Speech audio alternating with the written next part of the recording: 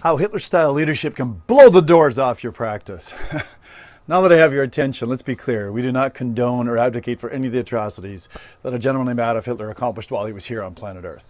However, there is a point here about dictatorial or military-style leadership, and that is at certain phases of relationships, having the courage and strength to lead in a dictatorial way is actually a service to the person you're leading. So in this video, we're going to cover the details of hows and whens and when not to lead from a dictatorial or military style of leadership.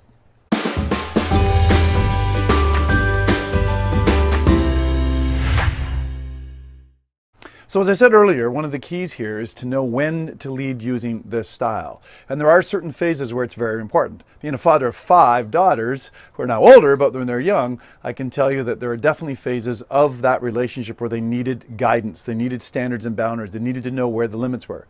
Let's face it, kids are naturally curious, right? They're exploring, they want to learn where their boundaries are. And again, there are definite safety issues here, as well as well-being issues, as well as maybe moral or ethical issues here, relative to having the courage and the strength to set standards and boundaries for those children so that they can grow and learn and evolve in a healthy and safe way. So again, military dictatorial style leadership is very autocratic. It's very tell-assertive.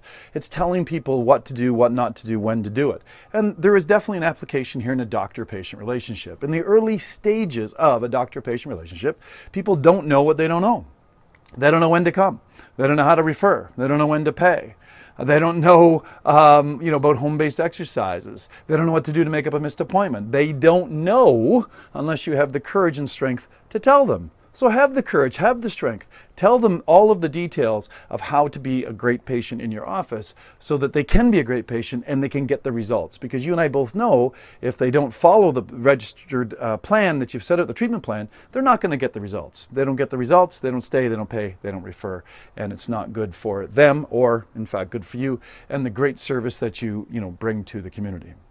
So in closing, there is definitely a time where dictatorial military-style leadership is really an important piece of the doctor-patient relationship.